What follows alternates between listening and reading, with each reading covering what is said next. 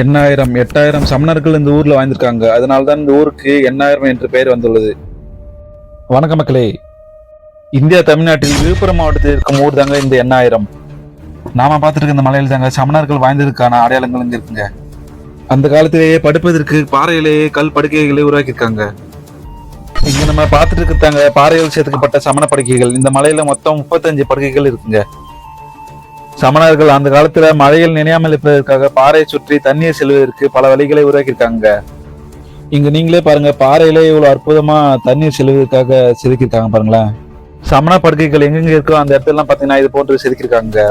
இங்க இருக்கிற பாறையில பாத்தீங்கன்னா உங்களே தெரியுங்க, பாறையின் மேல் பகுதியிலும் கீழ்பகுதியிலும் பாத்தீங்கன்னா தெரியுங்க, தண்ணீர் செல்வதற்காக வழிகளை உருவாக்கியிருக்காங்க.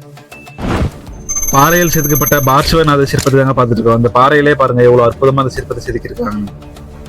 இந்த சிற்பம் இருக்கும் இடத்தை சுத்தி பாத்தீங்கன்னா இந்திய தொழில்துறை வைக்கப்பட்ட இரும்பு கம்பி இருக்குங்க.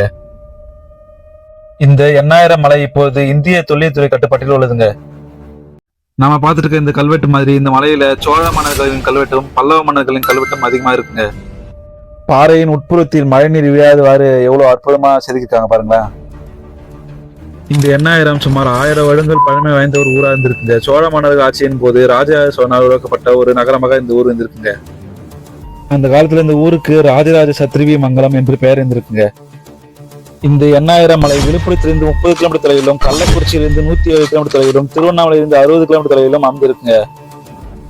நீங்க கூகுள் மேப்ல எண்ணாயிரம் மலைன்னு சர்ச் பண்ணீங்கன்னா எக்ஸாக்டா உங்க லொகேஷன் காமிக்குங்க. அதை ஃபாலோ பண்ணிட்டு நீங்க வரலாங்க.